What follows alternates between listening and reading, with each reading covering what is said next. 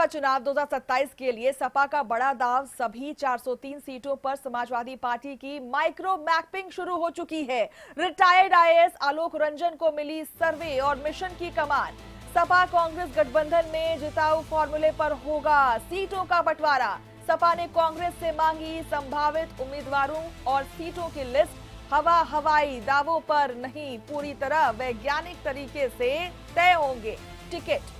जातीय समीकरण और मजबूत चेहरों पर अखिलेश यादव का फोकस है और जिलावार संगठन के पदाधिकारियों से लिया जा रहा है ग्राउंड फीडबैक। उत्तर प्रदेश चुनाव 2027 की तैयारियां तेज हो चुकी हैं और अखिलेश यादव सभी 403 सीटों पर माइक्रो मैपिंग कर जीत का फॉर्मूला तैयार कर रहे हैं और इसी आधार पर उम्मीदवार और सीट बंटवारे का फैसला होगा। लेकिन सवाल यही उठता है कि इंडिया गठबंधन को लेकर के 8 जून को दिल्ली में गठबंधन की बैठक हुई थी, मगर अतीत में कांग्रेस और सपा के रिश्तों में कई बार खटास देखने को मिली थी। मध्य प्रदेश चुनाव की अगर हम बात करें, सीट बंटवारे को लेकर के विवाद इतना बढ़ गया था कि कमलनाथ ने यह तक कह दिया था कि अखिलेश कौन है। अब खबर यह है कि अखिलेश यादव ने कांग्रेस से उसकी दावेदारी वाली सीटों की सूची मांगी है। सपा इस बार सर्वे और जीत की संभावना के आधार पर सीटों का बंटवारा करना चाहती है। ऐसे में बड़ा सवाल यही है कि क्या इंडिया गठबंधन के सुर बदल गए हैं? क्या कांग्रेस और सपा मिलकर यूपी में मजबूत चुनौती दे पाएंगे या फिर सीटों का गणित एक बार फिर गठबंधन में नई खींचतान पैदा करेगा? तो देखने वाली बात होगी कि 2027 चुनाव में किस तरीके से गुटबाजी देखने को मिल रही है या फिर एकजुटता देखने को मिलेगी, क्योंकि पीछे जब भी कांग्रेस और समाजवादी पार्टी एक साथ लड़ी है तो विवादों का जो दौर है वो शुरू हो चुका था। ऐसे में तमाम सवाल खड़े हो रहे हैं कि क्या इस बार गठबंधन के सुर बदल गए हैं या फिर कांग्रेस और सपा एक साथ दिखने वाली है।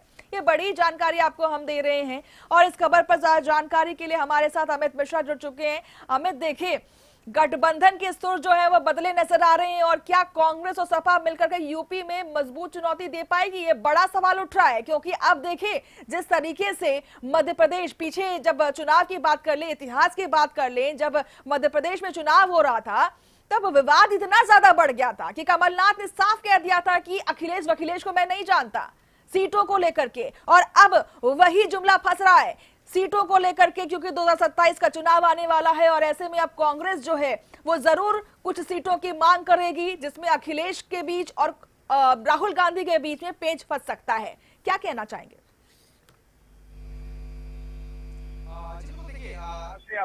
जिस तरीके से समाजवादी पार्टी के राष्ट्रीय अध्यक्ष अखिलेश यादव चुनावी मोड़ में आ चुके हैं और देखिए समाजवादी पार्टी पूरी तरीके से चुनाव की तैयारी कर रही है, जिसमें वो जो बात करे तो जिस तरीके का रणनीति इस बार तैयार किया जा रहा है उसमें देखिए किसी प्रकार से जो फोकस है वो किया जा रहा है कि जो जिताऊ कैंडिडेट है उसको टिकट दिया जाए। इसके साथ ही साथ फोकस किया जा रहा है कि जो सर्वे है वो कराया जाए। बात करें तो कुल सर्वे जो है वो समाजवादी पार्टी द्वारा कराया जा रहा है, 403 सीटों पर कराया जा रहा है।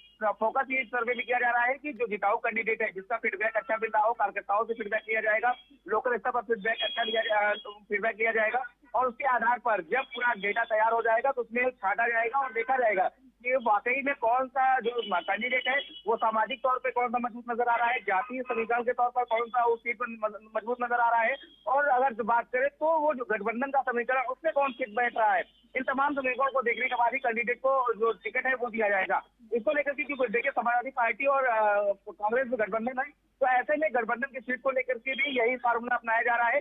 जो समाजवादी पार्टी की तरफ से है सीटें जो मांगी गई है उन सीटों को मांगा गया है कि कौन सी सीटें हैं जो आपकी मजबूत किस आधार पर है, जो क्षेत्रीय आधार पर हो, जातीय आधार पर हो और उसके साथ ही साथ गठबंधन के आधार पर जो फेस मजबूत हो उसको ही टिकट दिया जाए, इसकी लिस्ट मांगी गई है। तो अब देखिए कि समाजवादी पार्टी जो है पूरी तरीके से नई रणनीति के तहत काम कर रही है और माइक्रो मैपिंग के तहत काम किया जा रहा है। देखिए उसका हिसाब इसमें लगाया जा रहा है कि छोटे बूथ लेवल पर भी रिपोर्ट तैयार की जाएगी कि आखिर में जो प्रत्याशी को मैदान में पढ़ा जा रहा है उस प्रत्याशी की छवि क्या है, उस प्रत्याशी के छवि के आधार पर कितने वोट मिलेंगे, वो प्रत्याशी क्या गठबंधन के अगर गठबंधन के तौर पर। सबसे बड़ी बात यही है कि जिस तरीके से दोनों नेताओं में टूट देखने को मिलती है सीट को बंटवारे को लेकर के, वहीं अब क्या सुर में बदलाव देखने को मिल रहा है। जब इंडिया अलायंस का अभी अध्यक्षता में मीटिंग हुई थी और यहाँ पर तमाम जो बड़े नेता हैं, विपक्ष के नेता हैं, वो सब एकत्रित हुए थे, तमाम मीटिंग्स हुई थी, रणनीति बनाई जा रही थी। तो क्या इस मीटिंग के बाद बाद 8 जून के बाद कुछ सुर में बदलाव देखने को मिल रहा है?